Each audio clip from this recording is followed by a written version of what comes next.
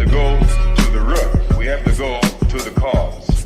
Dealing with the condition itself is not enough. Dear Mr. Massa, I'm just trying to mind my own business. What's the matter? It's just another day, another black king captured. I'm about to lose my brain, stuck inside this ghetto rapture. I got a lot of smoke. If you want it, you can have it. They want a hat trick, but this is black girl magic. Ain't talking about the kind that'll make you disappear, but I'm talking about the power of the melanin within. Ain't looking for trouble, but I'ma say this one time. I put two dukes up if you try to touch mine. We still want justice for Samir and Trayvon. You say you don't see color, but racism ain't blind. They targeting little kids whose skin look just like mine. So I'm paranoid, it's a war zone outside. And I'm a black queen, so if you ask me to step out of my car, you gon' have to snatch me. Cause I ain't going no damn well. Had to spend my whole life living unfair. Ancestors got my back and they right here. You can never understand, it's a nightmare. Living in my black shoes by the black rules. You can keep your handshake, I don't dap coons. The white man will go nuts if he cash you. But you all on his side like a damn fool. Make it make sense. We are oppressed. Queen. We are exploited. We are downtrodden. Make it make Queen. We are sense. denied not only civil rights, but even human rights. Ahmadiyah. So the only way we're going to get some of this Ahmadiyah. oppression and exploitation Queen. away from us or aside from us is come together Queen. against the common enemy. Who taught you to hate the texture of your Ahmadiyah. hair? Who taught you to hate the color of your skin? Ahmadiyah. Parents, pay attention to the books, the school system, even to your little children. Lies mixed with wisdom. His skin too bright, so he was blind to the prison. My skin just right, so I collide with division. You trying to pray to God, but we tired of religion. No savior saving, we got to save our savings. We used to pay miss, how we gon' make the slave rich? But who's to blame, and tell me why you complaining? We need a team effort just to rule the nation. Like a bad relationship, missing communication. We missing moderation. They're trying to get a poison to my population. No reparations. I'm getting tired of Satan. We are oppressed. I'm Queen. getting tired of waiting. We are downtrodden. Queen. We are denied not only civil rights, but even human rights. Ahmadiyah. So the only way we're going to get some of this Ahmad. Every time open a sex day, my kick, the words, my baby. Can't even only be money says. It's like an earthquake, don't follow you out. Create a close to head, just get it from the ground. Such a nice to play, easy, just a more for all.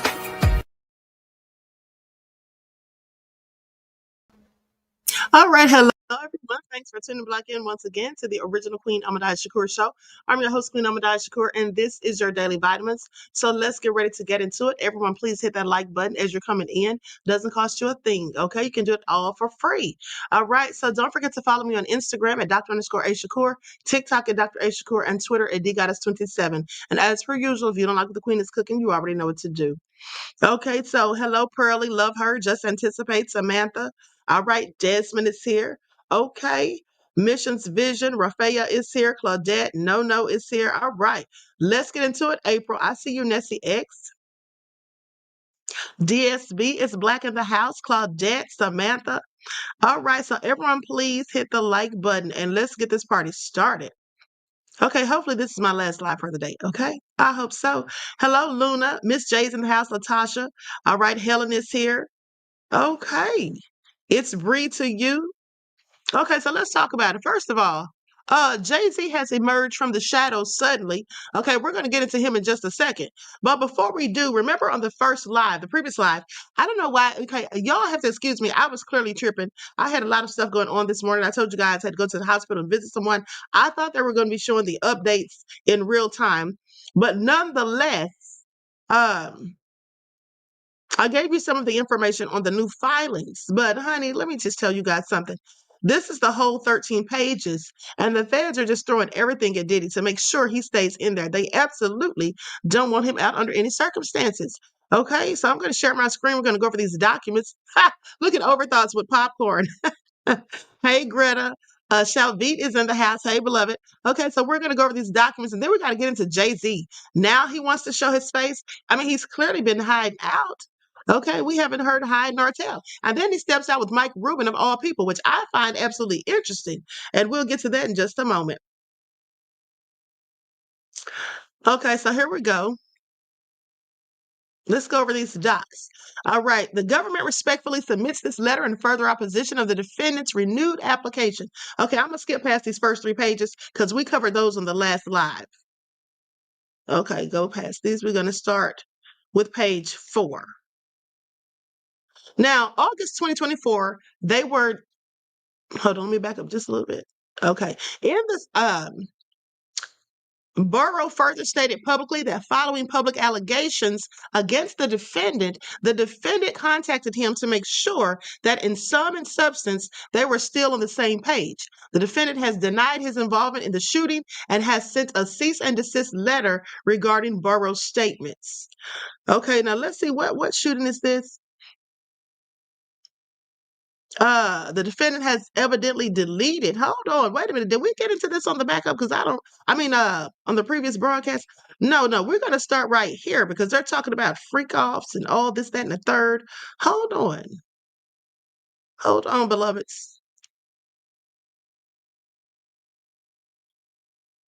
Okay, we're gonna start at the, let me see here. Okay, we're going to start at the beginning because this looks like another set of filings. Okay. Dear Judge Subramanian, the government respectfully submits this letter in further opposition of the defendant's renewed application for bail and following the November 22nd, 2024 bail hearing in the above captioned matter. No, this is what we talked about earlier. Okay, so with that all been said, I must not have read all of page 3 because we had music playing. We were just doing a whole lot. Okay. So let's start there. Let's just start at the bottom. Okay, so here the defendant's actions fall easily within this definition of obstruction. Indeed, there is significant evidence that the defendant has engaged in multiple acts of obstruction during the time period relevant to the charged offenses and poses a serious risk of continuing obstruction. Now, as set forth below, these acts include multiple acts that he took in an effort to stave off the instant criminal charges, as well as acts he continued to undertake even after the indictment was returned in order to dissipate the potential evidence against him. Okay, so Diddy was trying to get rid of evidence, basically. Trying to make sure certain things weren't brought forth. Okay, obstructive conduct now is defined broadly in other contexts as well. For example, under the United States sentencing guidelines, obstructive conduct can vary widely in nature.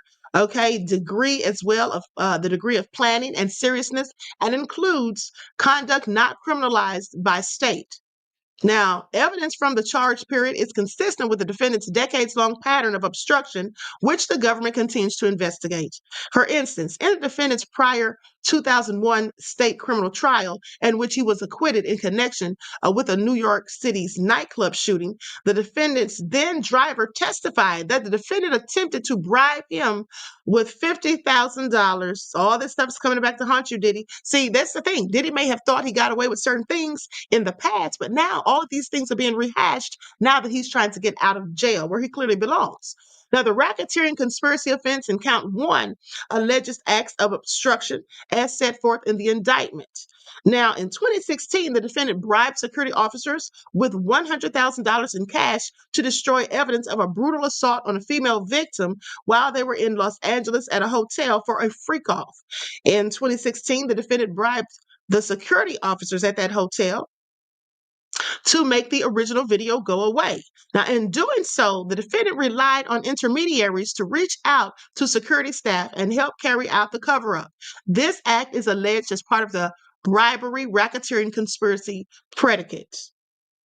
Now, after a victim filed a civil lawsuit in 2023, alleging, among other things, that the victim's participation in the freak-off was not consensual, the defendant made multiple efforts to interfere with the victims and witnesses by feeding those individuals false narratives regarding the defendant's criminal conduct. For instance, the defendant caused intermediaries, former and current security staff, to repeatedly call a former employee, and that person is listed as employee one, who had witnessed firsthand the defendant's abuse of the victim. Now, the intermediaries told employee one in sum and substance that what she had observed was a normal relationship. Around that same time, and as highlighted at a prior hearing, the defendant recorded 2 phone calls with a different victim. That person's listed as victim 2, in which the defendant attempted to feed victim 2 a false narrative regarding victim 2's involvement in the freak offs, namely that they were consensual. Now, the defendant has evidently deleted messages between himself and key witnesses, including a grand jury witness and victim 2 in this criminal case. One of these witnesses is witness 1, a male commercial NCX worker who participated in freak-offs and received a grand jury subpoena during the investigation. Now, they say November 15th of 2024, and then at 9/11, government BR at 9/11. Not sure what that is. Now, after defense counsel represented unequivocally at the prior bail hearing before Judge Carter that the defendant would not reach out to grand jury witnesses, it became clear that the defendant had done just that. So sitting up there lying, saying he's not going to do it, but clearly did it, is all they're saying. So witness 1 repeatedly leading up to and after his appearance in the grand jury, and then the defendant apparently deleted the messages from his phone. Did he? What did you think? Did he not know that they can still retrieve your deleted messages? He should have known that, because isn't he the one who, in fact, would be able to, was telling Cassie that even if she deletes the videos out of her phone, that he could still get them, and he showed them to her just to prove it? So anyway, there were further communications, and there were text messages through this period, including to August 2024, that were deleted. Now, they also say in the footnote that on November the 18th of 2024, Jamal Barrow, the defendant's former Bad Boy Records protege and his co-defendant in that case, made public statements about taking the fall for the defendant in the incident. Barrow, and of course that's Shine, further stated publicly that following public allegations against the defendant contacted him to make sure that in sum and substance they were still on the same page. The defendant has denied his involvement in the shooting and has sent a cease and desist letter regarding Burrow's statements. Now, August 2024, they say that these were deleted. Now, in the lead up to his arrest, the defendant similarly appeared to have deleted messages with victim 2, including relating to the significant monetary payments that he was continuing to provide to victim 2. Now, while in pretrial detention at the MDC, the defendant has used multiple unauthorized means of communications, which make it difficult or impossible to monitor the defendant's communications. Now, while the government's substantial investigative efforts have identified some accounts that the defendant is improperly using, and the government has obtained and produced those communications, the government has no way of knowing whether there are other PAC or Contact Me ASAP accounts that the defendant is using, of which the government is not aware. But simply, when the defendant uses other inmates' accounts, his communications are very difficult, if not impossible, for BOP and the government to track and monitor.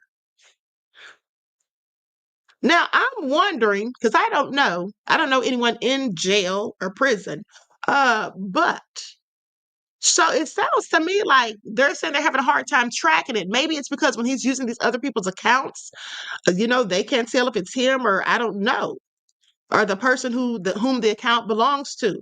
But it's very interesting that they say they're not able to monitor him the way they should. Okay, and then they go on to say, such barriers to monitoring the defendant have real significant consequences given the defendant's extensive efforts to taint the jury pool from the MDC, even in the communications the government has been able to identify. They said that's exactly what he has been doing. Now, even after defense counsel represented that the defendant had stopped using Contact Me ASAP, he has continued to use the Contact Me ASAP account for at least from at least one other inmate, sending messages to family members as recently as November the 24th. Diddy, how dumb are you? That was just yesterday. So he was doing this yesterday, knowing that he had court today. He was going for his hearing. This is what it says. Sending messages to a family member as recently as November 24th of 2024. Honey, Diddy, you are a fool. Okay, with respect to contact me ASAP, he stopped using it November the 16th. Now, while at the MDC, the defendant has instructed family members and third parties to contact multiple potential victims and witnesses. The defendant has provided these instructions to others by using unauthorized means of communications, which, as described above, are difficult to monitor and often using coded language. So, talking in code. That's funny because that video that they had online, specifically on TikTok that they were saying was Diddy's leaked phone call, it was clearly talking in code. But of course, that wasn't Diddy. I think that was AI or someone trying to imitate his voice. But they said he was talking using coded language very often. Now, the potential victims and witnesses that the defendant has instructed others to contact include former romantic partners and former employees, most of whom have experienced or witnessed the defendants perpetuate significant acts of violence. Now, at the November 22nd, 2024 hearing, defense counsel argued that these contacts went through attorneys. However, they went through attorneys. Now, however, that is simply not the case. So he's trying to act like, oh no, we spoke to their attorneys, not actually to them. So they said that's not the case. For example, the defendant asked a family member to call victim 2 and to call them. Now, separately, the defendant had a family member three-way dial, a co-conspirator, and the defendant and the co-conspirator used coded language discussing a certain blank who has to blank now and blank. Diddy is all nefarious. He just won't stop. Defense counsel, now this is a footnote. Defense counsel stated during the September 18th bail hearing that the defendant did not reach out to grand jury witnesses. I dispute that wholeheartedly. He didn't do it and he wouldn't do it. And he wouldn't do it because he has the sense not to do it. And he wouldn't do it because we wouldn't let him do it. Okay, we remember all of that from other filings. So there was no indication that attorneys were involved in these contacts between victims, witnesses, and third parties. Now, while at MDC, the defendant orchestrated a social media campaign around his birthday for the express purpose of influencing the jury and the criminal case. And they said Diddy was telling the kids, go ahead and do it anyway. I just need one juror. That's all I need. I got to get one. Got to get one of them on my side. Diddy, please sit down somewhere. Are y'all hearing this fool? Okay, they said Diddy was saying he needs just one. Okay, Luna says, I'm telling you, Queen, Diddy is now using baby wipes and not baby oil. Oh my goodness, honey, please don't say it. Overthought says, so if he's telling his kids to contact them, there's no way they haven't seen him. He's cartoonishly violent. Okay, not cartoonishly. All right. Byron says, did it like a beat. He followed Usher everywhere he go. This is all nefarious. Okay. Yeah, he just won't take no for an answer, no matter whom he is dealing with. I mean, even the courts. I mean, I would have just been doing everything I needed to do and even extra things that I didn't even have to do to try to get out. But Diddy, I guess he just can't leave well enough alone. But let me continue. So it goes on to say, make sure I don't miss anything.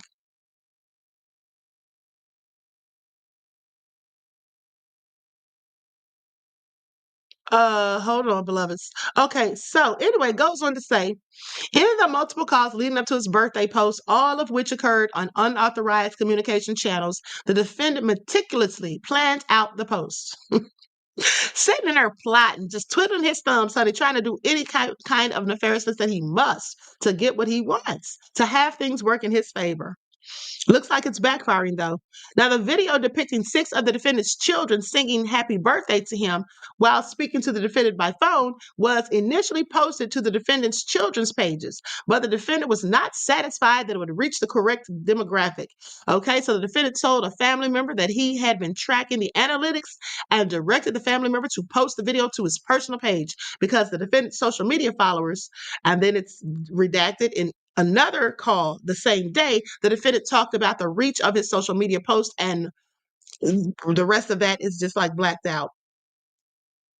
Now, district courts have detained pretrial defendants on obstruction grounds on less. So there's people that have done way less than Diddy, and they didn't get their bails. Okay, so finding the defendant engaged in obstructive conduct warranting pretrial detention when a message post on one of the defendant's social media accounts accused prosecutors of bias. The defendant encouraged followers to harass victims in the case. What? Said he told followers to harass victims in the case, and defendant previously used burner phones to conceal communications with co-conspirators. Okay, then they cite a case, United States versus DeGrave. So finding the risk of future obstructive behavior identified and articulable when defendant deleted messages, he asked others to delete messages as well and began communicating via encrypted messaging applications. At the November 22nd, 2022 hearing, 2024 hearing, the defendant attempted to distinguish his own obstructive conduct from more violent examples of witness tampering. These distinctions are unavailing. Now, the defendant is charged with leading and founding a racketeering enterprise that on numerous occasions committed acts of violence, including trafficking, kidnapping, and arson. And some of these acts were done by the defendant, and these others were done by his intermediaries acting at his direction. So any obstruction or tampering by the defendant must be viewed through the lens of that underlying violent conduct, as well as the lens of the defendant's enormous influence and power. Moreover, the Second Circuit has explicitly noted that both violent and nonviolent witness tampering supports detention on the basis of potential obstruction. So they don't care if he was being violent or not. The fact that he was tampering with witnesses, trying to reach out to witnesses or whatever, they're saying he should not get bail. And they're right.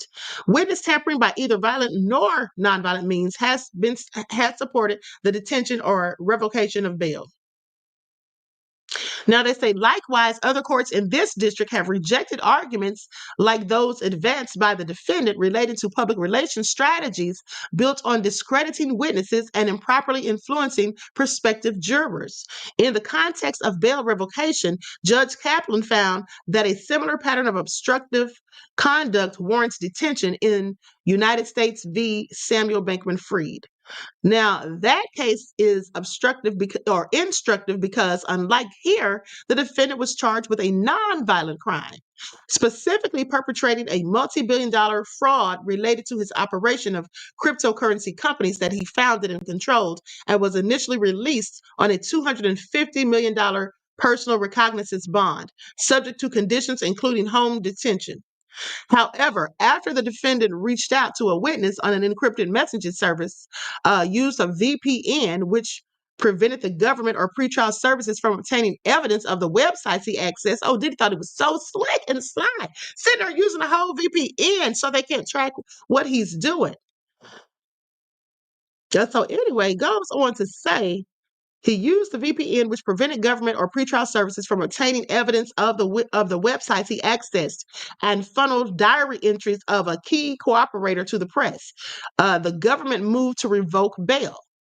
Now, the court agreed with the government on the basis of the defendant's obstruction, finding that no condition or combination of conditions would assure the safety of the community and consequences of witness tampering. The court rejected the defendant's alternative proposal, a gag order on communications with the press, finding that it was not a workable solution longer term, particularly with someone who has shown a willingness and desire to risk crossing the line in an effort to get right up and do it again, no matter where the line is. Now, finally, it cannot be ignored that the defendant's proclivity for obstruction appears to have continuously, as recently as last week in court, it's continued, when it appeared that the defendant provided falsified documents to the court during a hearing convened to address his accusations of government misconduct. Now, at the November 19, 2024 conference, defense counsel represented the following about the condition of the defendant's legal notepads prior to the notepads being photographed during the MDC sweep. On top of the legal pad, he's handwritten a blue handwriting, the word legal. All of these legal pads say legal. I mean, if you've seen them, they absolutely do. Those long yellow legal pads, yeah, they say legal across the top. And the part that's glued, that the part that holds all of the pages together, like that's got them glued together, it says it right on there. So it has to be the case that as of the day of the search, November the 1st of this year, that legal wasn't written on every legal pad. Now the inference is clear. Okay, after the BOP sweep, the defendant wrote legal on the top of at least one legal pad to support his argument that the materials in the pads were privileged. This continued obstruction, while he had a pending bail motion, no less, should certainly be viewed in the context of all the defendant's other obstruction for purposes of his bail determination. Do you all notice how, like in some of these court cases, um, you may be watching some court cases, right? And the person may be winning. Like, for example, I just saw one the other day where the person was in court. It was a black man, he got pulled over for whatever reason, and they really didn't have any probable cause to pull him over or just tell him to get out of his car or whatever. No, they stopped him, and then he got out of his car voluntarily. He just got out to see what's going on and to ask why they stopped him or whatever. And so the officer told him, get back in your car. And so the guy was like, do I have to? And so at that point, the officers arrested him. So when he got to court, the judge was like, what did you arrest him for? Because they were trying to say that he resisted or he didn't comply or whatever. And so the judge was like, well, what was the initial arrest for? See, that's the thing. That's what the police don't ever do. They always say, oh, resisting arrest. Well, what was the initial arrest? So they never get asked that question, most often. But this judge, he was asking questions. He's like, what was the initial arrest? And then the cop was like, well, yeah, he got out of the car and we told him to get back in the car. And then he asked, do I have to? And so the judge is like, that's it? That's your reason for arresting this man? And so meanwhile, the black guy who was the one that was the defendant, he's like, Your Honor, so, and he's trying to say something. The judge is like, no, no, no. Do you look like you're losing? Does it look like you're losing? Okay, so don't do that. Basically telling him, shut up. You don't need to say a thing. You got it. And so clearly Diddy just couldn't sit there and take the facts that the judge said, okay, both parties need to turn in more papers by noon on Monday. How did he mess this up for himself with his silly self? Because it clearly looked to me like the judge was going to go in his favor, or at least thinking about it. Okay, so, but no, Diddy had to still keep doing stuff because he just can't leave well enough alone. He just has to always push the envelope. Now, in the footnote, it says, in that case, the government moved under 18 U.S.C. Statute 3148, arguing that there was probable cause to believe that the defendant had committed a new criminal offense, witness tampering with while on bail. The district court agreed, which decision was affirmed by the second court. Well, that must be the other case. Hold on, let me see something.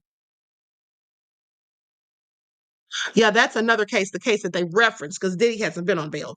Okay, so that's the other case that they were referencing, that's how the judge ruled. So they're basically saying if the judge ruled that way on that case while the person was on bail, then they should rule the same way in this case, so Diddy doesn't even get it. Because clearly he's not been following the rules while he's been locked up at MDC. And quite frankly, if you can't follow the rules while you're in jail and you're even awaiting a hearing, but then why would we think that you're going to do what you're supposed to do if you get out on bail? And that's a pretty good argument.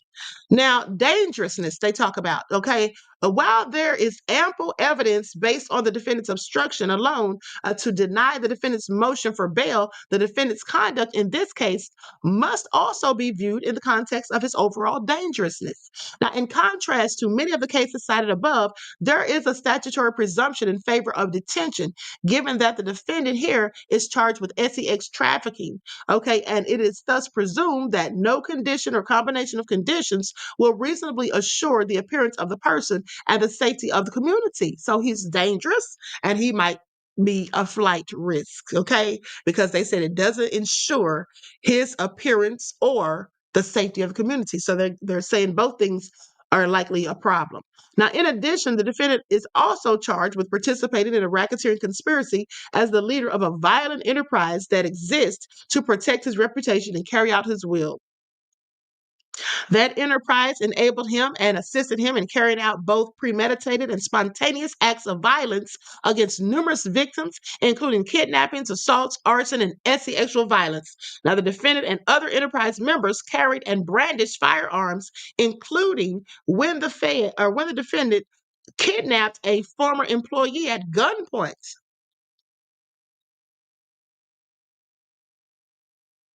So, over the years, the defendant's physical and sexual abuse has taken many forms, often in the context of a long term relationship, a romantic relationship. Throughout, there was a common theme. The defendant repeatedly and consistently forced and coerced women to satisfy his sexual desires. Often behind closed doors, the defendant engaged in acts of violence against these women, including throwing them to the ground, dragging them by their hair, kicking, shoving, punching, and slapping them. He manipulated, coerced, and extorted women, including by plying them with drugs, threatening to withhold financial support, and threatening to disseminate sex tapes that the defendant had made of their sexual encounters. He intimidated women, including by displaying firearms, threatening them, showing up at their homes unannounced, and attempting to beat down the door. On one occasion, even with a hammer. Well, I might have to change my mind because after hearing all of this, Diddy, it don't look like you might be getting out, beloved. It looks like you might just have to sit there. Okay, please pay attention. So anyway, beating on the door with a hammer is just obnoxious, okay? Beyond his romantic partners, the defendant also physically abused his own personal staff. Former staff members have described the defendant threatening to kill them, honey. What? Throwing objects at them and being struck, punched, and shoved by the defendant, and seeing him do the same to others. Well, honey, let me tell y'all something. Why would these people keep working for Diddy? I wouldn't care how much money I was being paid. What you're not going to do is put your filthy paws on me, okay? Unless you want all that smoke. Do y'all hear this? Threatening to murder people and all of that. And so then it goes on to say the significant history of violence must be taken into account when viewing the defendant's obstructive activity. Taken together, there can be no doubt that the government has proven the defendant's dangerousness by clear and convincing evidence. Now, the court also asked the parties to clarify whether the defendant's conduct, specifically his recent efforts to influence the jury pool through an orchestrated social media campaign, is in any violation of Local Criminal Rule 23.1 and or his court's gag order incorporating the obligations of the rule that was imposed at the defendant's own request. As set forth below, it is both a local rule violation and contempt of this court's order. On October the 25th of 2024, at the defendant's request, the court entered the order requiring, among other things, for the government, defense counsel, and defendant himself to comply with Local Criminal Rule 23.1. Now, under Local Criminal Rule 23.1, they say parties are prohibited from releasing or authorizing the release of non-public information or opinion which a reasonable person would expect to be disseminated by means of public communication in connection with pending or imminent criminal litigation with which they are associated. If there is a substantial likelihood that such dissemination will interfere with a fair trial or otherwise prejudice the due administration of justice. Okay, now the local rule, it's several examples that presumptively involve a substantial likelihood that their public dissemination will interfere with a fair trial or otherwise prejudice the due administration of justice. Now, these include any statements regarding the character or reputation of the accused. Okay, this is a local crime. And then any statements regarding information that is likely to be inadmissible at trial and would, if disclosed, create a substantial likelihood of prejudicing an impartial trial. Now, within 2 weeks of the court's order, the defendant instructed a family member to create the birthday social media post, directing them to ensure that it's blank, that blank, and is a blank On November the 4th, the defendant's birthday, the social media post went live on the defendant's children's accounts. As described above, the post depicted 6 of the defendant's children singing happy birthday while speaking to the defendant by phone. Then the defendant had it posted to his own social media account for the explicit reason that he wanted to do better. Taint the jury pool. Okay, I don't know if that's a typo. Posted his own account for the explicit reason that he wanted to that he wanted to better taint the jury pool. Okay, he informed a family member blank and blank. Yeah, that's exactly what he's trying to do. He was trying to get people on his side, trying to get people to see, oh, I'm so nice. I'm such a family man. Look at my poor little forlorn kids. They don't have their mother, some of them, and they don't have me. I'm in jail. And then here you have little Love. She's just a little baby. She's only about 2.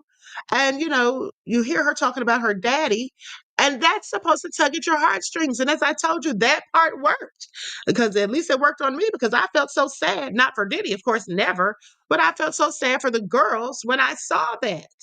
Okay. So using his children as pawns, this is all so sick of Diddy. I mean, it just goes to show, as far as I'm concerned, that he really only cares about himself.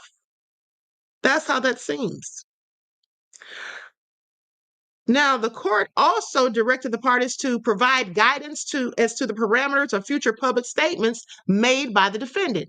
Here, the court's order sets clear and stringent limitations on the public statements that the defendant may make about the case, prohibiting statements that relate to subject matters that presumptively involve a substantial likelihood that their public dissemination will interfere with a fair trial or otherwise prejudice the due administration of justice, as admitted in the local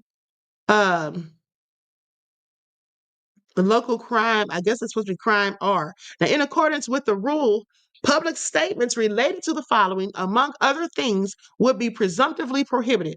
Okay, the first one they say is the identity, testimony, or credibility of prospective witnesses. This would include, for example, any public statements identifying witnesses or victims in the case, or statements regarding the veracity of those witnesses or victims, including but not limited to victim 1 as identified in the indictment, victim 2, and victim 3. Now, information that is likely to be inadmissible at trial and would, if disclosed, create a substantial likelihood of prejudicing an impartial trial. So, as discussed above, this includes any information that has no bearing on the defendant's guilt or innocence and may tend to elicit the jury's sympathy, such as statements relating to family background, children, health, age, or any similar things. Okay, any things that are relevant to that, personal factors and whatnot. So, information regarding the character or reputation of the accused. Okay, this would include publicizing information regarding specific good acts that would be inadmissible at trial. And then they cite another case, United States versus Rivera.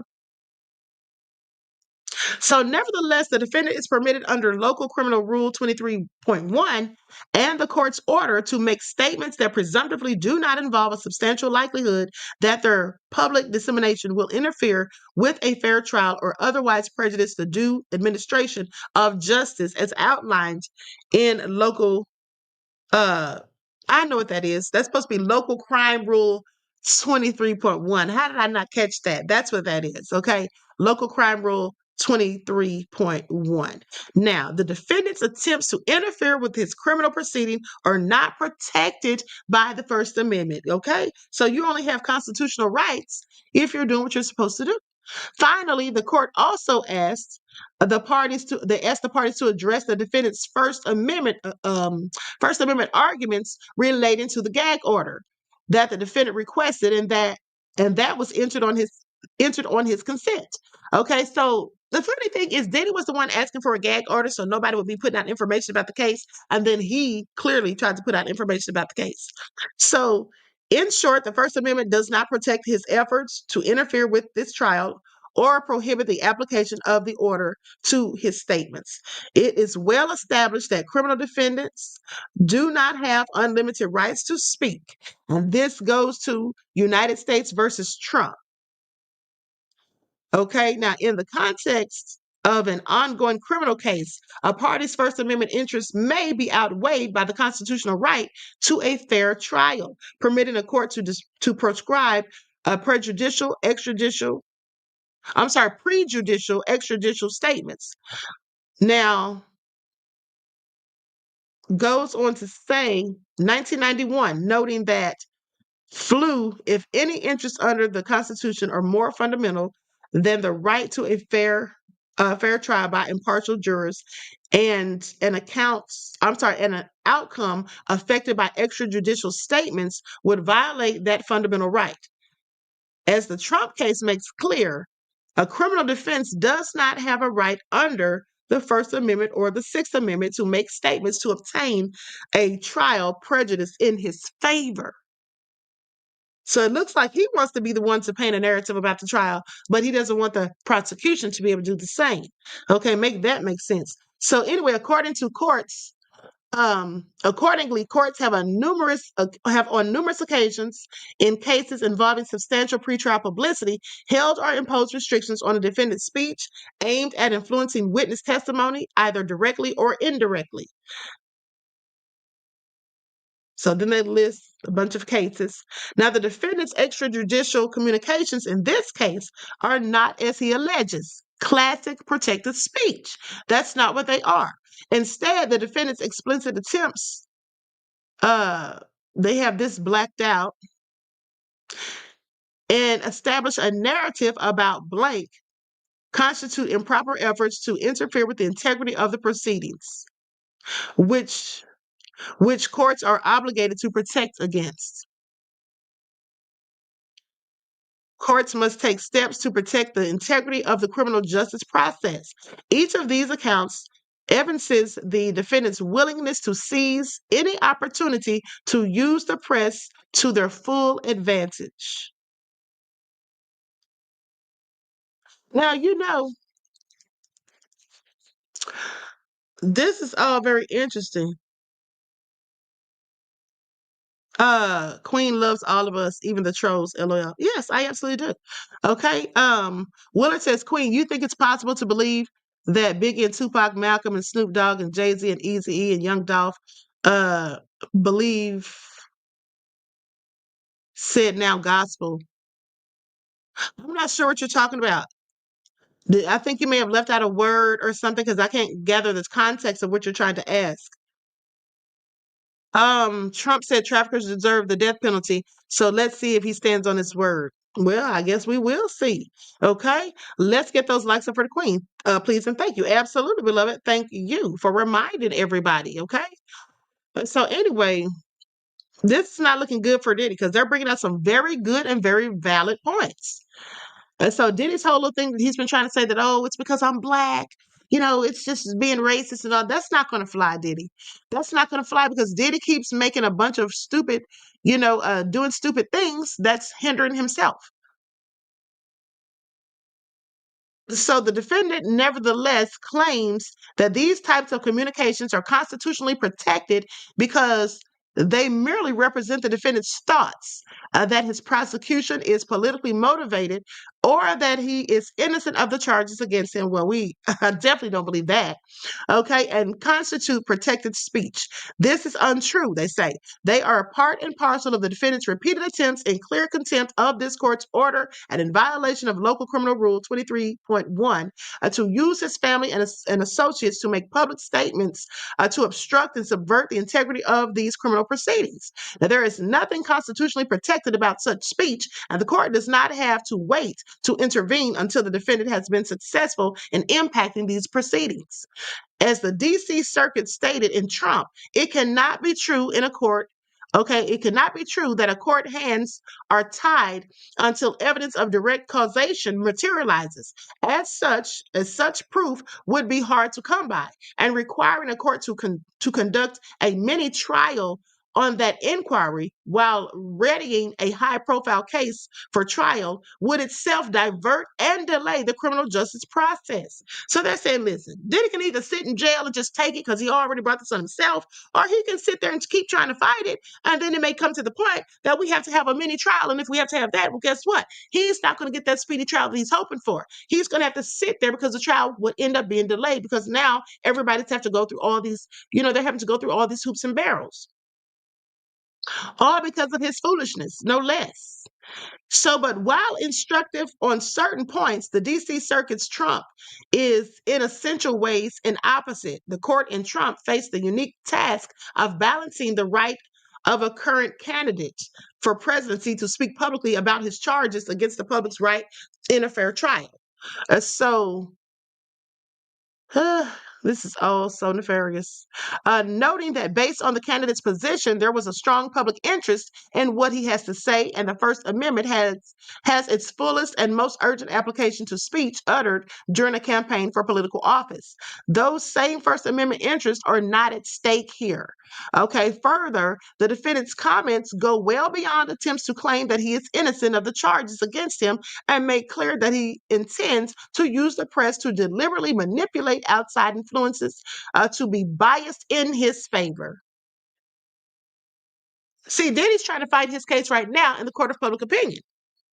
That's what he's trying to do. He's trying to already get it over in the court of public opinion, because I told you that they were basically saying that when Diddy was on those calls, likely on other accounts or whatever, he was telling his kids, do it anyway. I don't care. I don't care what they say. It's my birthday. I just need one juror. That's what he was saying, allegedly.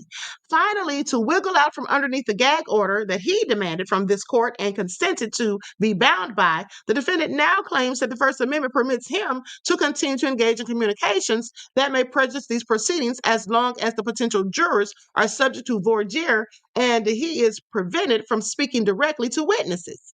Okay, but the Supreme Court has made clear that courts must take remedial measures that will prevent the prejudice at its inception, not wait until such prejudice may have already materialized, okay, at the time of voir dire. Now, so with that all being said, Diddy needs to sit down somewhere because, like I told you guys, he's doing too much, and I don't know why his lawyers can't even get him to just behave, just to sit back and patiently wait, okay? This is all so crazy. Let me see what y'all talking about. Make you jump like a rabbit, like you're back on the plantation, the way Meek Mills did, plus the same guy, Jay-Z becoming the Malcolm X field of this era of release. Jay-Z is not becoming anything, honey. And then, Willard, I don't know if you need to be talking about people jumping like a rabbit, okay, on the plantation like Meek Mills. Okay, I don't know if you should be saying that, beloved. Okay, for various reasons, mind you. Now, Luna said, I was just hoping that all of this wasn't true. Well,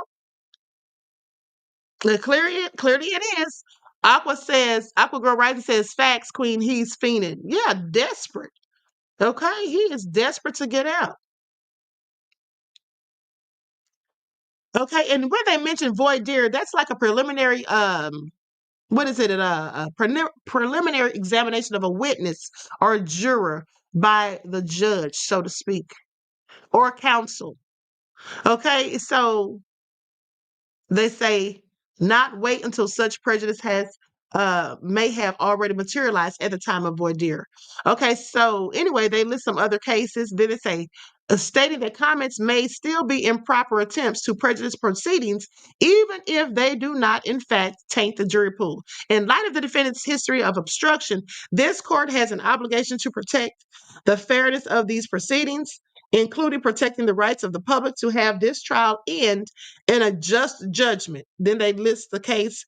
They reference Wade versus Hunter. The First Amendment offers no protection for the defendant's intentional efforts to interfere. So he does have, constitutional rights, but that doesn't include trying to interfere in the proceedings or trying to, get favor from a potential jury pool. So, for all the reasons stated herein, there are no conditions sufficient to reasonably ensure the safety of the community or the defendant's appearance in court. But to the point about which the court inquired of the government at the November 22nd, 2024 hearing, the government additionally writes to make clear that the package proposed by the defendant is insufficient in numerous respects.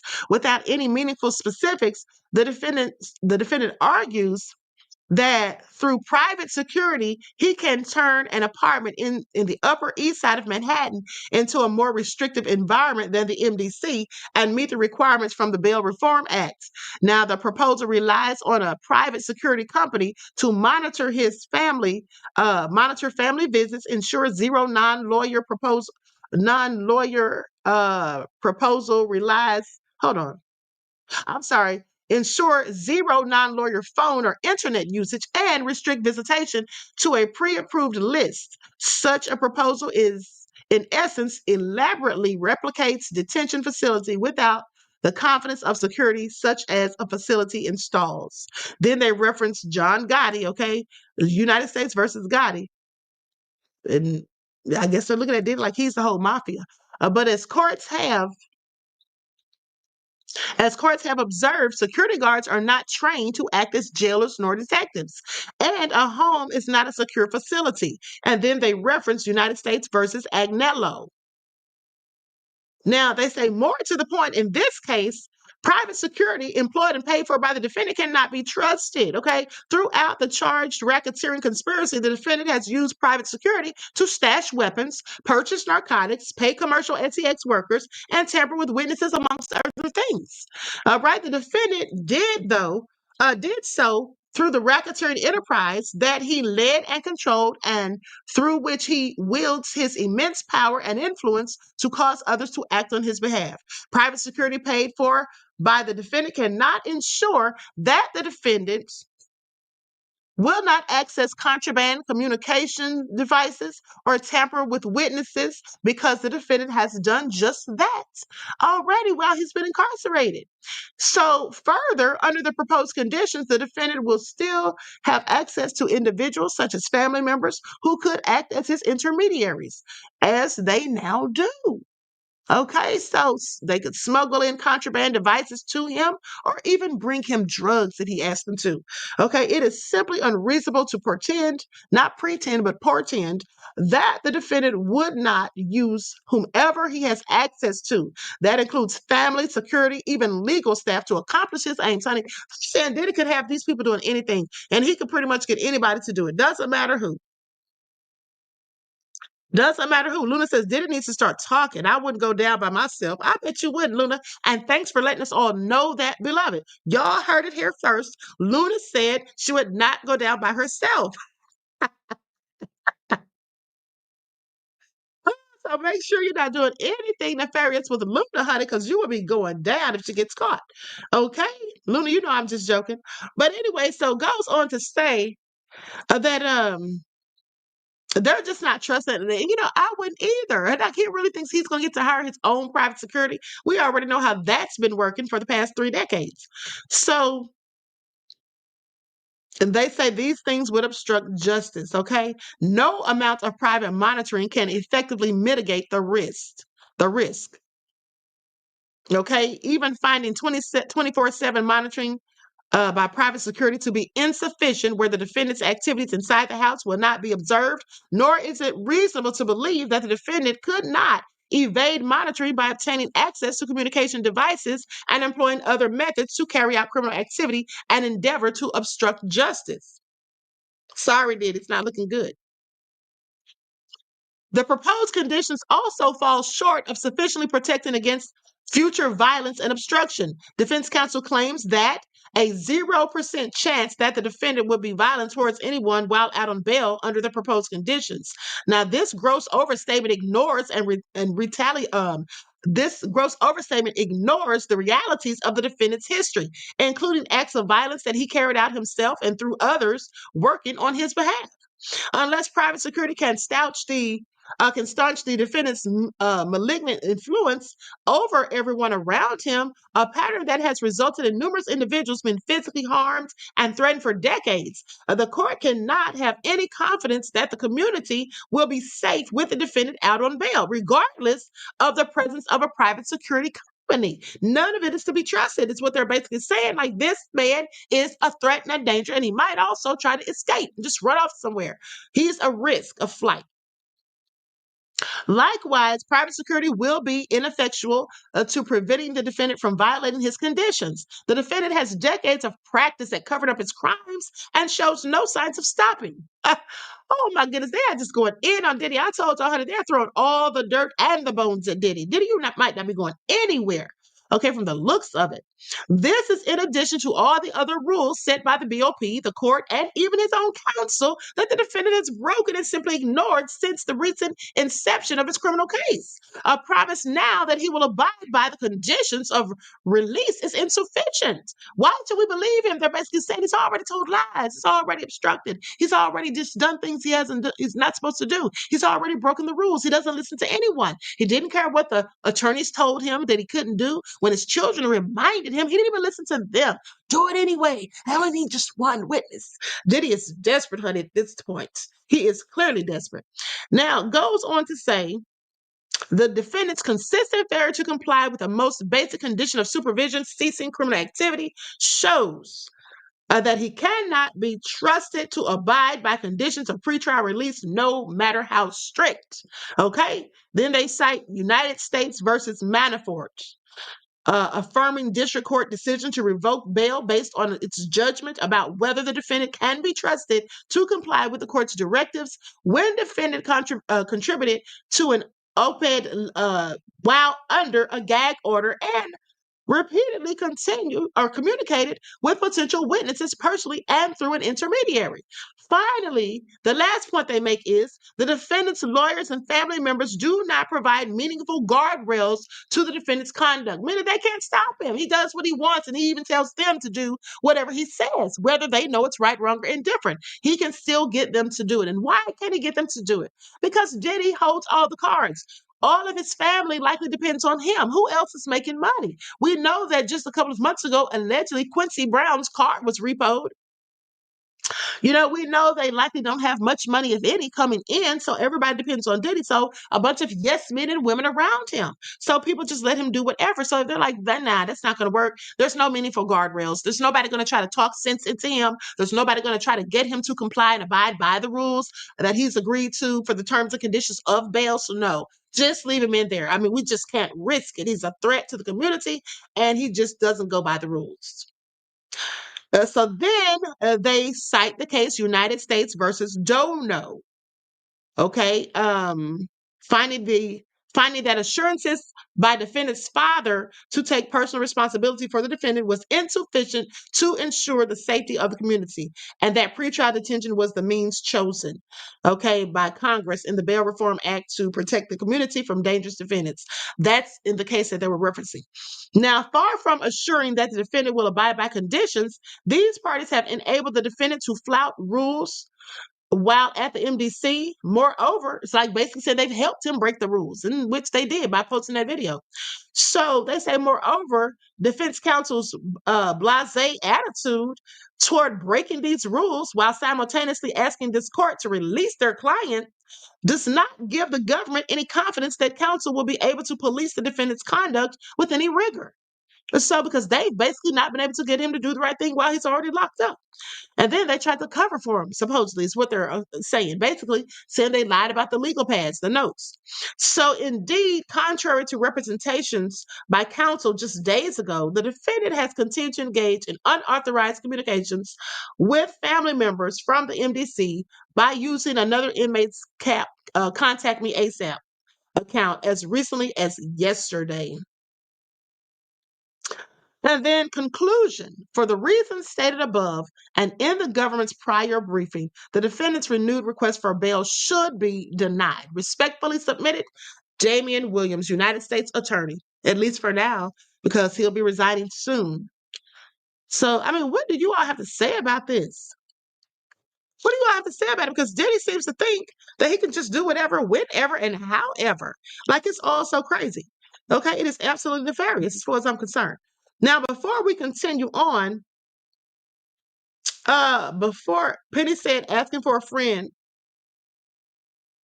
Asking for a friend, and God knows. Miss J says flight risk and danger to society. Yeah, that's what they're saying. And they're likely right. I mean, I absolutely believe it. So that all been said, let's have a word from my sponsor before we move on to talk about Jay-Z, who now is conveniently showing up all over the place. Do not buy 12 Tribes on Earth hair growth oil and hair magic elixir unless you want super healthy, gorgeous hair that grows. They have a whole line of amazing hair growth products, including hair growth leave-in conditioner spray, hair growth shampoo, hair growth spray, and hair growth butter. I'm starting to sense a theme here. They include quality natural ingredients. They smell amazing, and you can see the results for yourself. So if you're looking for healthy hair growth for your natural or relaxed hair, try 12 Tribes on Earth today.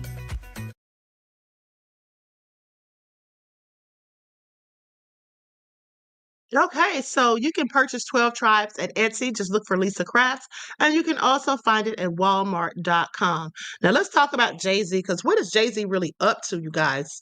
He's hanging out with Mark Rubin, and I find that interesting, and I'll tell you why in just a second. Okay, the Griff Dies Hard here says Jay-Z's got inside information on what's going to happen to Diddy. That's why he's showing up now, because he thinks he knows that he's done. He won't be getting out. Well, I certainly think he knows something. Whether he knows whether or not he'll be getting out or staying in is the question. Fans react to Jay-Z attending the Washington Commanders versus Dallas Cowboys game. The music mogul was previously interested in purchasing the Washington NFL team. And so Jay-Z was in the house to watch the Washington game face off against Dallas. Now, the music mogul whose Rock Nation has a partnership with the NFL, attended Sunday's November 24th game at Northwest Stadium in Landover, Maryland. Now, ahead of the matchup, Jay-Z dressed in a sleek black sweater, long gray coat, dark pants, and a large beanie.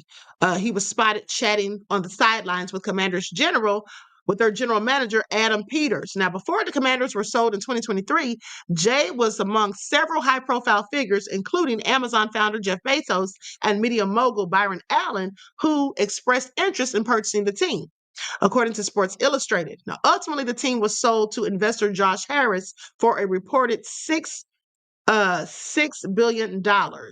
Now, Jay-Z's presence at the game left many fans on social media curious about his allegiance. Some say Jay-Z at a Commanders game is random, but I'm not surprised.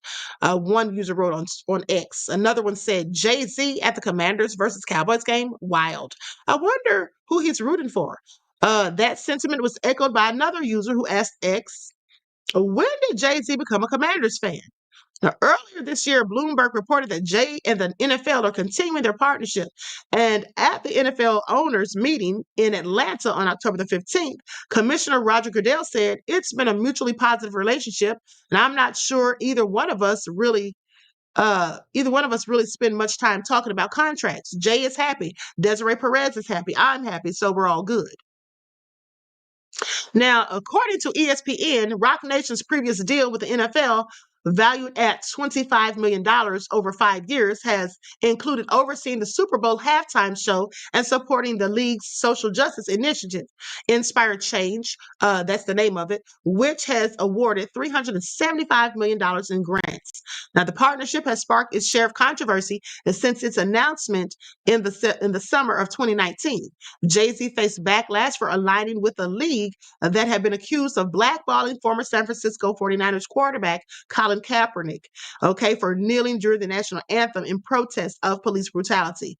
More recently, Jay-Z faced criticism from some in hip-hop in the community after it was announced that Kendrick Lamar, not Lil Wayne, would headline this year's Super Bowl halftime show in New Orleans. Under Jay-Z and Rock Nation's stewardship, the Super Bowl halftime show has featured a string of hip-hop centric acts, including Shakira, Jennifer Lopez, The Weeknd, Dr. Dre and Friends, Rihanna, and Usher. This year's show featuring Lamar is highly anticipated as he claims to cap off a stellar year with a headline performance.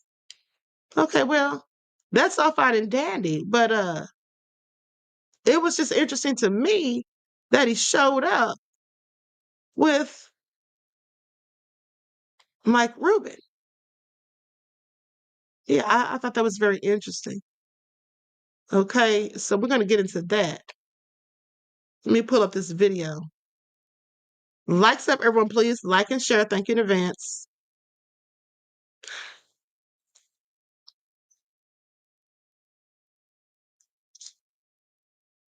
Okay, so I'm going to share my screen. I'm going to mute the volume. Okay, because they have a song, they have music playing in the background. So I'm going to keep the volume off and let you all see this. Okay, here we go. Easton said all Diddy's circle of friends was in the Super Bowl halftime show.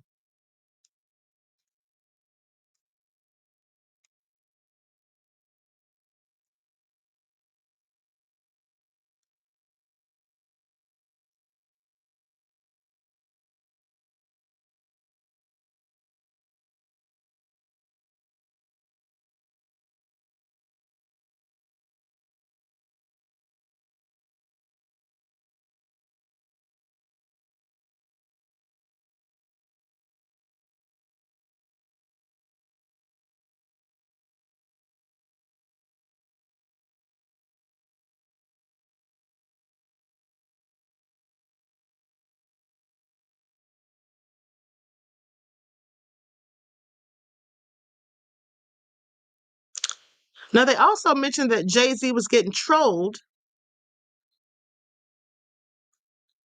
They also mentioned him getting trolled. And hold on. Now, and the reason I said that was interesting, hold on, let me find this video real quick. They say Dez Bryant.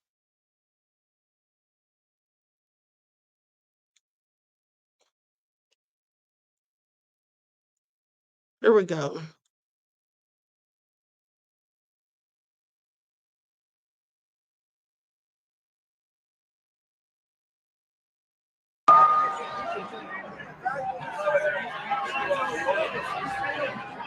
Came over. Got the skates. Hey, how you feeling, brother? How you feeling? I know you mad. I know you mad.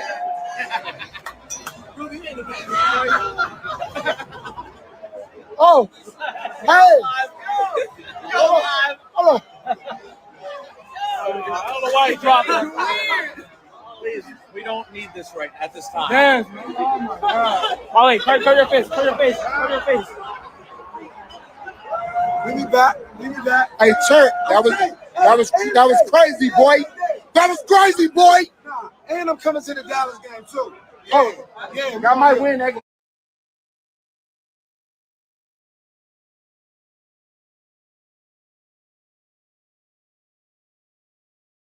Okay, so very interesting. But like I said, that was kind of surprising to see Jay-Z stepping out all of a sudden out of the shadows.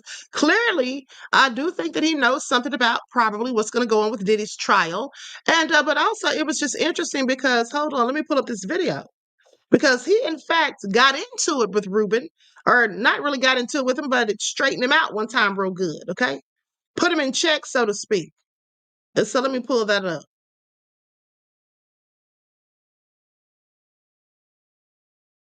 Here it is, right here. He shut him down. That's what he did. About some things that he said on the Breakfast Club. That person down. That's f***ed up. Okay, let's keep it real. Okay. Michael Rubin, a billionaire entrepreneur who is well known for throwing the infamous all-white parties, which host some of the largest creators in their respective industry, is receiving backlash after an interview with the Breakfast Club went viral. Meek, I know that guy really, really well. Even rappers such as Schoolboy Q, Meek Mill, and potentially Jay-Z came out publicly on Twitter to put their 2 cents in, even going as far as telling him that he should stay out of black culture business because he's white. Anything I can ever help with, I'm always there. I always want to be helpful. In the interview with the Breakfast Club, Charlamagne tha God and DJ Envy ask him the basic questions they usually ask their guests. I've never seen you hug Jay-Z from the back. You never grabbed Jay from the back. I've hugged first of all, I've hugged, if you get me really, Don't tell him you hug Jay-Z from the back. Don't do it. And I'm trying to protect you. They start off by talking about the all-white party and the new sports event he's trying to make blow up. So the white party is a test of seeing what you're made of. And I'll tell you, People drank the full 13 hours? Definitely. Then they slowly start turning towards rumors and allegations, such as how he hugs people from the back. I think social media bothers you a little bit because one thing I did notice from the white party, I didn't see any hugs. There was no hugs from the back. How he blacklisted Not Like Us from being played at his party. Drake was there this year, and everybody was like, oh, they weren't allowed to play Not Like Us. Like, does that stuff bother you? And was that even true? It was true. And the Meek Mill bunny hopping video. Meek rapping about Amiris, and 80 bands. He's playing tennis with some white guy, and all of a sudden I see this. You're doing bunny hops, Meek, because you got your ass beat in tennis. Look how they talking to him. Nigga, this is Chaser. Why are you doing bunny hops, Meek? Because you got your ass beat in tennis. You got your ass beat. Keep going. Count out loud. Damn. Count out loud, nigga. Count out loud. Huh? By the way, I don't even think.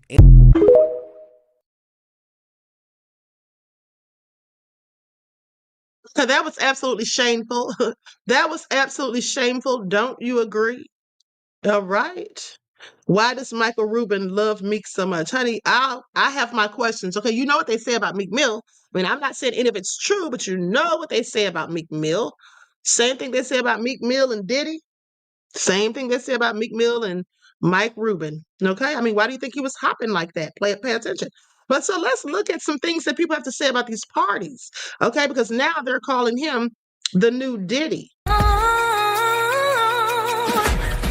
Every time open a sex game, my kick, the words, my faith that can't even on keeping money safe.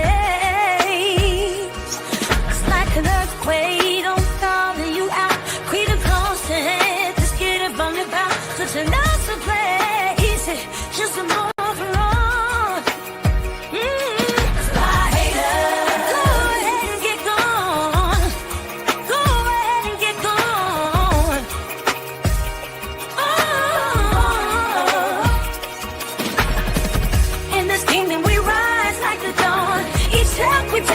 Keep marching on.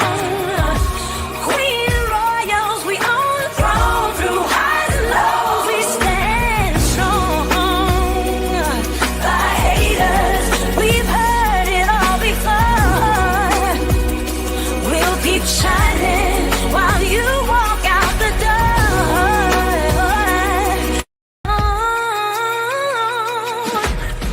Every time open a sex gate, my kick, the words, my faith that can't even on keeping money safe.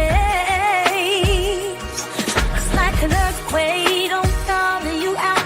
Create a close to head, just get it from the bound. Such a nice to play, easy, just a more for all. Okay, so it looked like they were having the same old fun, honey. They don't let anything stop the show. One monkey don't stop no show is all they're saying. So let's hear what Bethany had to say about it. Bethany Franklin. Let's talk about Michael Rubin's white party. Now, I don't know if he technically took it over from Diddy because it doesn't seem like it's been going on for that long.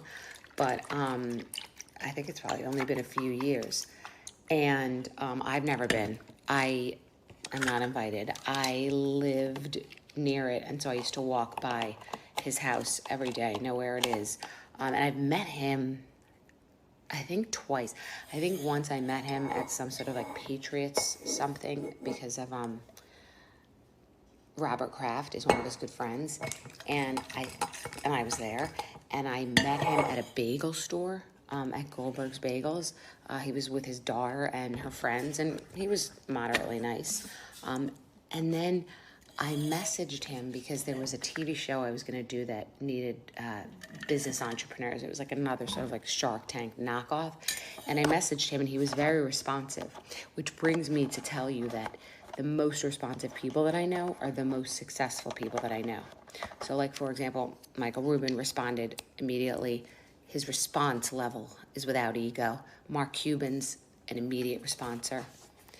Steve Cohen is an immediate responser. So David Tepper is an immediate responser. So people who responsor, no wonder I'm not a billionaire having a white party. Responder. Is she okay? Doesn't seem like it. Okay. So yeah, I don't know. So Dave Portnoy when he, I guess, heard he wasn't invited to Michael Rubin's party, called him a tryhard because he sent everyone art pieces, George Condo art pieces as an invitation. I mean, I'd be very excited to get a George Condo art piece as an invitation, or a death threat for that matter, okay? But if he's trying hard, it seems like he's succeeding. He's a billionaire and he's very successful. So I don't know what he's trying hard at, but it seems to be working. That party doesn't reflect the Hamptons, really. It's more of like a summer, like, fronting and stunting Met Gala. Not that that's bad. I'm just saying, like, there are so many billionaires in the Hamptons. By the way, the Hamptons isn't only billionaires, and it isn't only, like, douchey, with, like, people talking about expensive round swamp and things like that. I'm changing glasses. I don't know why I did this. The Hamptons is a lot of local people, a lot of, like, fishermen and watermen and like, you know, people are into boating and, like, local yokel. There's a lot of that, too. So it's just the assholes that get all the attention. And I'm not saying that everybody at the white party is an asshole, and I'm not saying everybody's not. I'm just saying that the Hamptons is many things. And there are many Hamptons billionaires that, like, don't have parties like that, where it's like everyone's being imported in. You get... The best part about the Hamptons is when it's the highs and lows. Like, I'm going to keep going back to Jason Weinberg's party, because you had billionaires there, and you had locals there, and you had gay waiters there. So that was a cool representation and reflection of what the Hamptons really, really is. There are certain places that get the worst rap, like whether it's Aspen or where else is like that? I had to change straws. Okay, yeah, no, the Hamptons is highs and lows. You know, like, there are a lot of locals, and I love that about it. But that party is, like, you know, a party, a social media party, and people are, like, imported and coming in.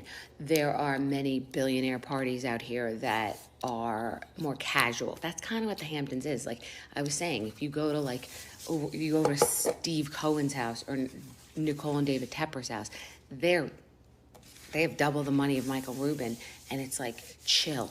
It's like they're in casual clothes. No one's fronting and stunting. There's highs and lows, all kinds of people. That's what I think the Hamptons is, and that's kind of what I did like about Jason Weinberg's party, because you would see John Hamm and Steve Madden and billionaires, and then you did see, like, waiters or people who are locals and live out in, you know, Amagansett or Montauk year-round. So that's what the essence of the Hamptons really is. It's the highs and the lows. It's not. And Jon Stewart did this whole thing, like, bashing the Hamptons, and it was unnecessary, because you could tell he doesn't really know the Hamptons. He's come here and, like, come to some asshole event and, like, then thought it's asshole-like. And I'm telling you, like, it's really not asshole-like. And there are assholes, but there also are so many different things. Like, every town is different.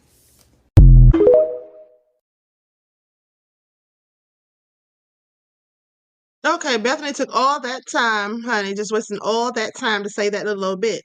But I want you all to pay attention, because while y'all were listening to Bethany, honey, please pay attention, because Drake is out here starting beef with Kendrick and UMG. So we're going to get into that.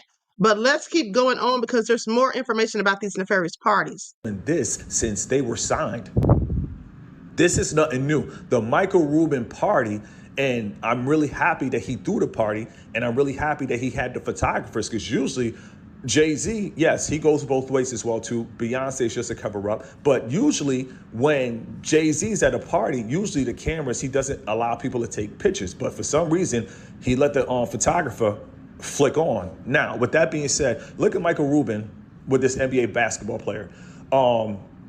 Listen, at the end of the day, look how he has his hand around this man's neck. Michael Rubin is treating this guy like how Keke Palmer was treating Usher. Now, I don't care if he's in the NBA. I don't care if he has a lot of girls. At the end of the day, this is what happens in the industry. Basketball is not a job outside of the industry. Listen, I know it's hard for a lot of people to believe, but this is why I make this content. Football is not a job. Basketball is not a job. Hockey is not a job. This is an industry. You have to be in the entertainment industry to be in the NBA.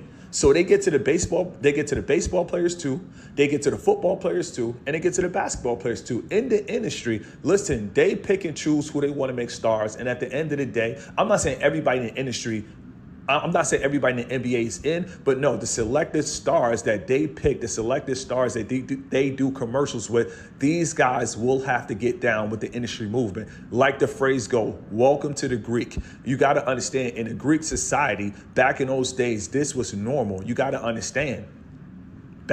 Listen, right now in America, you are witnessing modern day Rome. You guys have to understand, this is the behavior. Listen, nothing new is under the sun. This man is cuffing this man, the back of his neck. You feel me? From a weird angle. And a lot of people is going to be like, oh, it's okay. Michael Rubin has 31 billion. Listen, Michael Rubin has 31 billion, but there is something called, you don't have to deal with this. To everybody who want to move in the Hamptons, you can move in the Hamptons without Michael Rubin. You can move in the Hamptons on your own. You can start a business and you can move in the Hamptons. You do not need the industry to move in the Hamptons. Half of the people that live in the Hamptons are not in the industry. Yes, you may have a couple celebrities in the industry. Yes, you may have a couple celebrities in Hidden Hills. But for the most part, you do not need the industry to live in a nice, luxurious neighborhood. That's the illusion that they give you. Now, this guy is looking dead center in his eyes.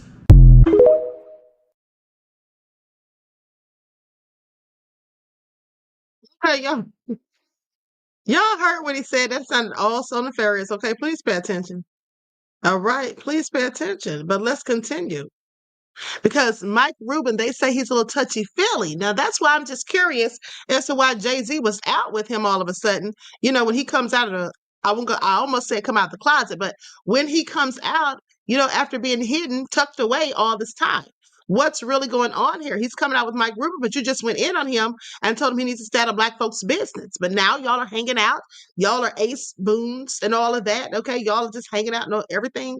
I find it interesting. What do they have going on? Inquiry Minds wants to know is all I'm saying.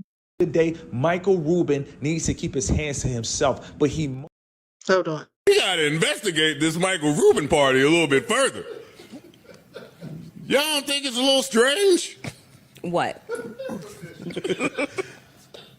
What? Help me out. The consistency of the A-list celebrities that go there. The hugging. What other party in the universe do you see that many of that level A-list people at the same spot at the same time? When? Tell me. And that not even. No, not ain't even. that. Not even. Yeah, ain't that. Careful, Joe. Not only is that not that, I don't think nowhere else, actually. Not even the I saw more party. Hov and B look a lot more comfortable at Michael Rubin party than they do at Rock Nation brunch, respectfully, I'm saying. That's they shit. But every time they there, it looked like fish in a fish tank with everybody just, you know, yeah. Here, though, you just don't see that. That's odd. Well, no, you're around a bunch of other billionaires. And that's all that's here. Right. Rock Nation, there'll be some non-billionaires there. No, not just that. It is July 3rd. I'm not going to let y'all ideal me out of this one. It's July 3rd, dog.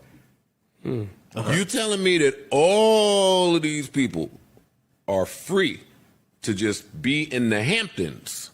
Yes. Nigga, you know this is the place to be. You got the invite in March. Not only that, Yeah, private jets, just, you know. No, we jet. No, I'm with you. Yeah. We private jetted and we helicoptered. Yeah. But all of these people made it their business to be here. Yes. Why? This is the place to be. No, I'm not buying that. All right. Since we had 5 girls, she be like, all y'all get in the shower. Mike. Man, Mike. I'm gonna come hug you right now. I'm coming to hug you. Big hug. Get everyone to love each other. Now this the motherfucker did it though. See, this the motherfucker did it. Hey, man.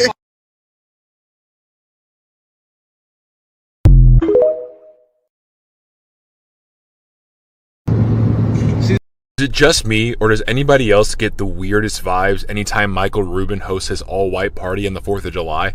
For those of you who don't know, this is Michael Rubin. He's right here. He's being pictured with Quavo, Gronk, Tom Brady, Drewski, and CJ Stroud. CJ, you're from my city, man. You're from Rancho Cucamonga. Watch out for this guy, okay? I know your brother. Your brother was my high school teammate. Anytime I see Michael Rubin and his soulless eyes, I'm concerned. There's definitely something going on there. And he holds this party every single year. It's all the elite athletes, the elite celebrities, the elite actors, whatever you may, and social media influencers. There's all these people at this party. And just look at him. Just look at this guy. There's no life behind those eyes. And here he is with Drake, and both these guys, there's no life behind either one of their eyes. But this guy, Michael Rubin, I've done a couple videos on him. I'm just weirded out by him. He's the CEO of Fanatics, which is the company that has made all the MLB jerseys this season for the first time, and a lot of them are really crappy, bad material. But he was also involved with the ownership group of the Philadelphia 76ers before that. I don't know, these type of all-celebrity parties, they always make me uncomfortable. Maybe I'm the only one. In an era where it feels like we're uncovering a lot of nefariousness, a lot of disgusting shit in celebrity culture, this party makes me deeply uncomfortable every single time I see pictures of it. But I don't know, maybe it's just me.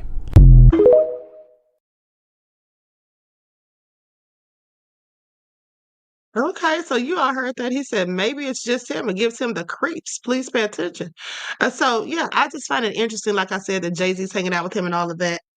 Um, Michael Rubin looks like a devil and a weasel in the face. It's human nature. Well, I wonder what's really going on at those parties. If anything sketchy is going on, I just have several questions. Because for one, like I said, he likes to put hands on people. And you heard what that guy said. That this is part of the initiation. It's like when you're in one of those Greek fraternities, okay, that you got to do certain things to get what you want. All right. So what is it that Jay-Z wants? I have several questions. But anyway, let's talk about Drake. Because Drake is thrust back into the headlines yet again. This literally is breaking news. Just came out just a few minutes ago, probably like an hour or less. Okay. So goes on to say that Drake, UMG, says UMG played dirty to pump up Not Like Us. I'm going to sue. Drake, please sit down somewhere and stop being a sore loser. Okay, you lost, and that's just what it is. Now he wants to cry. Drake seems to think there's some shady business behind Kendrick Lamar's monster hit, Not Like Us. Now, speaking of monster hit, Not Like Us, let's not forget that Mike Rubin was the one who banned it from being played at his white party because he didn't want to offend his little boo, Drake. Clearly, Drake's used to being coddled, okay, and treated with kitten gloves. But anyway, says that he says that they had some shady business going on with Kendrick Lamar's monster hit, Not Like Us. And he's filed a lawsuit to investigate how it got so big. Drake, please. So, of course, Not Like Us is a song that effectively ended the Kendrick and Drake beef because its popularity buried Drake. But now he's alleging Universal Music Group used bots and a payola scheme to pump up the song. Now, y'all know this sounds crazy. They didn't have to use anything to pump up the song. Why can't Drake just accept the fact that everybody loved the song? It was just a big hit. Even his own fans were smitten by it. Everybody wanted to play it, still do. And everybody thought that it was a whole lot better than anything that he put out. Specifically in the way of the back and forth with the diss tracks. So according to docs obtained by TMZ Hip Hop, Drake said, he says an inside source told him, I wonder who that could be. Says an inside source told him that UMG made covert payments to multiple platforms, including radio stations, to pay and promote the hell out of Not Like Us. Legally, that's known as payola, and it's prohibited by the FCC. Drake, please prove it.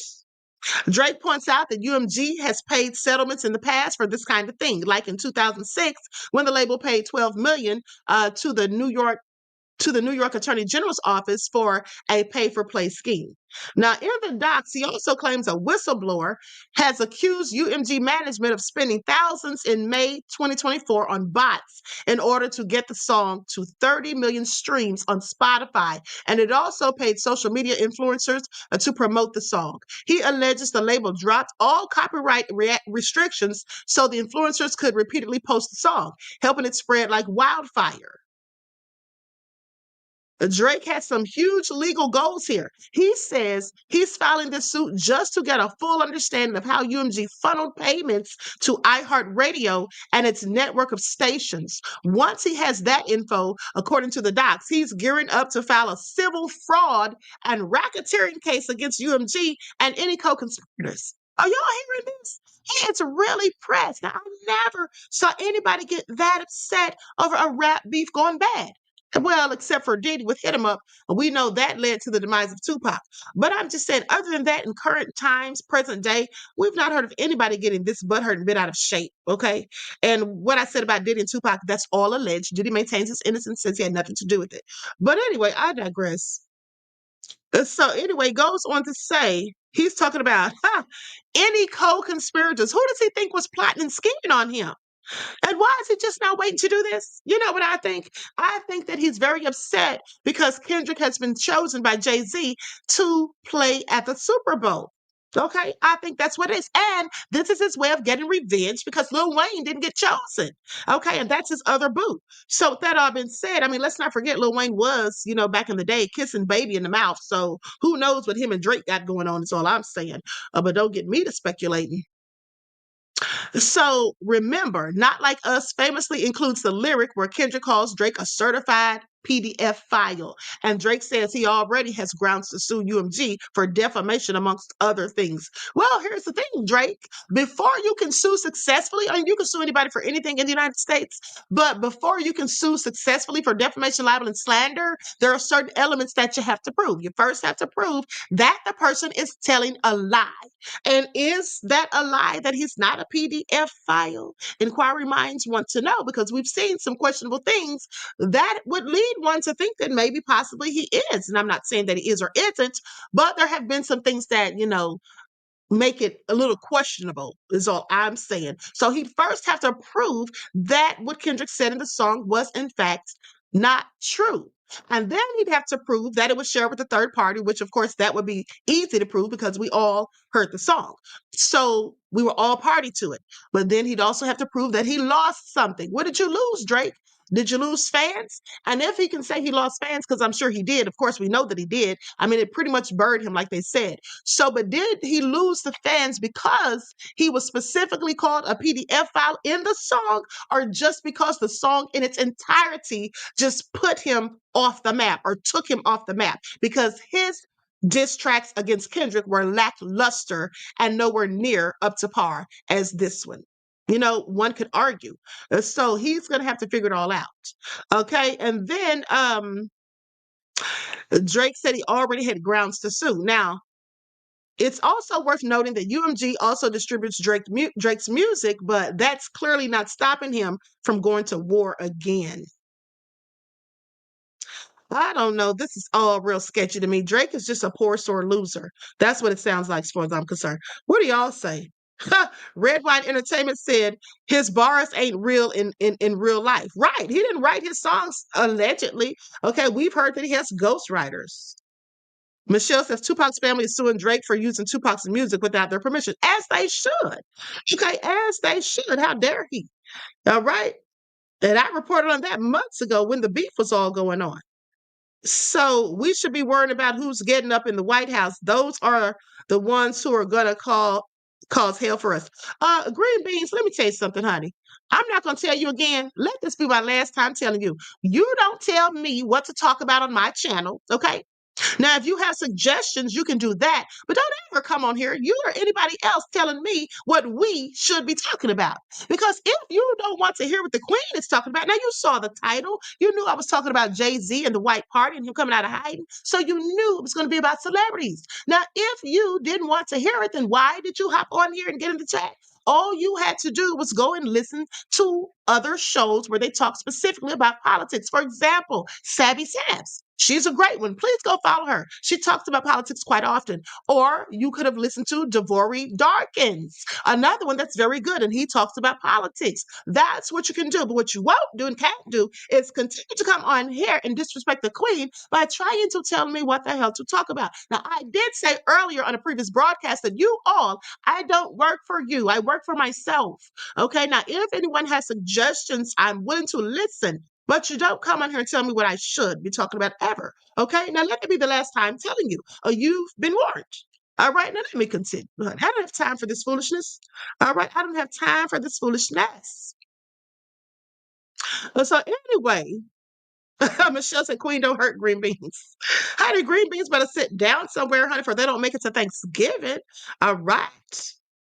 So with that all being said, RG Titan said Green Beans ain't gonna like the way Sammy Sams does her thing because she goes in on both sides. Oh well, I don't know what to tell you. You don't always get what you want. Remember that song? Alexa, play it. You can't always get what you want. You gotta cry sometimes, is all I'm saying. So anyway, listen, Drake is just a sore loser and a crybaby. And like I said, I think he's just doing this as a vendetta because he's upset that Lil Wayne got passed over, okay, for Kendrick to perform at the Super Bowl in Louisiana. That's what makes it hurt just a little bit more.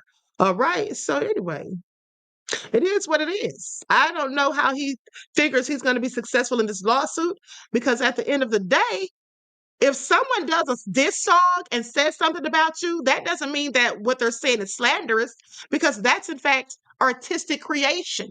Okay? That's artistic creation. I mean, if everyone had to basically, write truths only in their rap lyrics, we wouldn't have much rap, would we? Is all I'm saying. Because a lot of these studio gangsters just be up here telling all kinds of lies. About damn time said Kung Fu Kenny. Okay? Meet said Young Money is over. All right. So anyway, with that, I've been saying I'm out of here. Listen, I hope you all enjoyed the broadcast. Everyone, please like and share, subscribe to the channel if you haven't done so already, or unsubscribe. Green beans, potatoes, tomatoes. If you don't like what the queen is cooking, I don't care. Okay, I'm here to do what I want to do, and you can either like it or not. Okay, so I will talk to you all again soon, beloveds. Enjoy the rest of this beautiful day. Each one teach one. That's how we grow and thrive. Do something productive, constructive, but never destructive. And always remember, beloveds, to keep the Most High first in your lives. Nita to Mike's World says, I'm at work, can't see the live, but why I knew Queen was talking, what Queen was talking about. You already know, beloved. All right, so until next time, peace.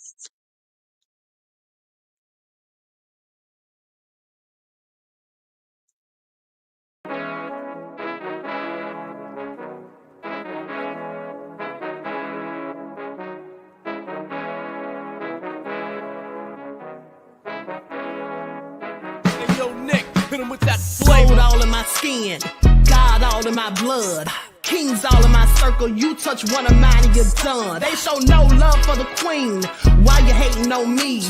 Is it cause I'm free and I got Malcolm X in my jeans? I got dreams like King Luther, shed blood like Kunta. You ain't helping my people, I ain't got nothing to say to ya. I want all the smoke like hookah. Talking reparations, America won't be great until they give us compensation. I'm like, I'm the hottest right now. That's See right. A bunch of lames out here trying to jock on my style. They be doing too much. I'm the queen, it's too easy. It's like they all at Popeyes, how they be talking so greasy. I just sit back and laugh while these haters get madder. So nefarious how they don't want my pockets with cheddar. I tell them they can do better. These snakes in the grass can leave a bite on your ass, cause y'all be trusting too fast. I got my foot on the gas, other one on they necks. Dropping receipts on haters, you better show some respect. I'm never facing regrets, we only facing the threats. Running through every challenge like a relay, break no sweat. It's a cold game, so I got that blanket with me. Now that my people awaken, ain't no going to sleep. I do not play by my piece, this time I'm playing for keeps. You talking slick, but when I see you like them ends, we gon' meet. And I got gold all in my skin, God all in my blood, kings all in my circle. You touch one of mine and you done. They show no love for the queen. Why they hating on me? Is it cause I'm free and I got Malcolm X in my jeans and I got gold all in my skin, God all in my blood, kings all in my circle. You touch one of mine and you done. They show no love for the queen. Why they hating on me? Is it cause I'm free and I got Malcolm X in my jeans and I got